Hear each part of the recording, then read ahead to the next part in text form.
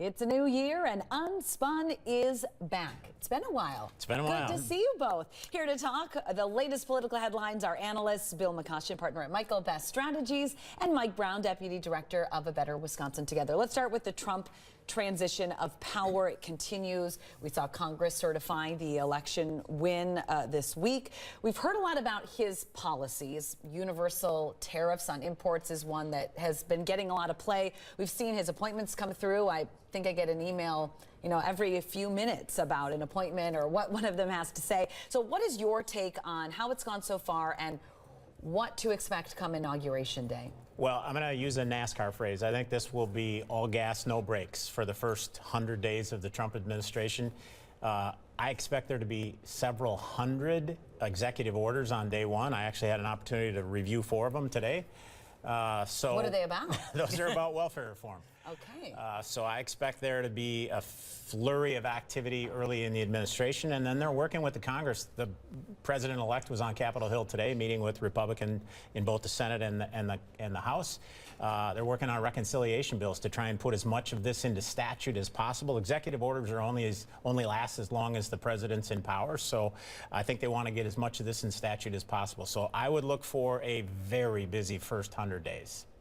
I think I'll use a Yogi Berra analogy then in response. It's deja vu all over again. I mean, we see the same chaos and corruption that we saw in the first term already. I think you saw, Donald Trump get backed into blowing up a bipartisan deal on government funding by Elon Musk. That turned out to be a pretty significant loss for him because he didn't get the debt ceiling deal that he wanted. We've seen certainly a flurry of pronouncements and all kinds of distractions. I think, the thing that really is on people's minds, the economy, lowering costs, he's going to have a very short leash on that. He has the benefit of inheriting a strong economy, but unless people see progress on that very quickly, I think the tide turns against him. Let's talk about state politics, local. A number of key races are taking shape for the spring election, most notable a seat on the Wisconsin Supreme Court, which again will determine the ideological makeup of the court. Do you expect, and we talked about this during the last one, it ended up hitting records for spending. Are we planning to see something similar this time around? I think they're going to exceed the spending in the last election. And both candidates, Susan Crawford on the Democratic side, Brad Schimel on the Republican side, announced their fundraising totals today, and they were both impressive. Both had raised more than $2 million, which is more than any candidates at this point in the race before. And that's just the starter. I think it's going to be a classic race between a conservative and a progressive. It is the Super Bowl of politics in Wisconsin in 2025, and I think Brad Schimel's in a pretty good position because he's run statewide twice already. He was the Attorney General.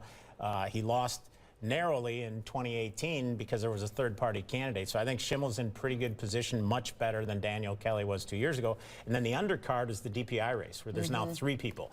Incumbent Jill Underly, Jeff Wright, a Sauk Prairie superintendent, and now the newcomer, Brittany Kinzer, who's running on restoring the high standards for our children in Wisconsin. And I think she's the one to watch in the race, is Brittany Kinzer. Lots going to play out over the next 100 days on that. I mean, I think obviously Brittany Kinzer is an interesting candidate. She has strong ties to the voucher and charter school industry.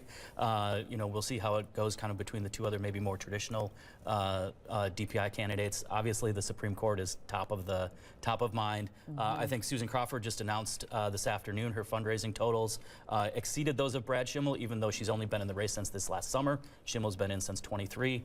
I think as Bill noted, yes, Brad Schimel is certainly the more experienced politician than perhaps past candidates like Dan Kelly. That also comes with it liabilities. I mean, he lost in 2018 as Attorney General.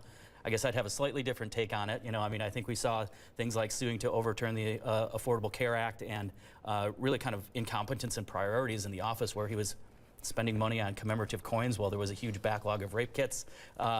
Recently we've seen he was heavily involved in the effort to overturn Roe, and I think that's going to come to play in this race, and we'll see, very well-funded candidates running strong races. And being clear, with 2 candidates in the Supreme Court race, that'll end up being on the April ballot, right, because they're on enough, right, on the primary. It will be an interesting one to watch. We appreciate both of you. Glad to have you back. We'll see you in a few weeks.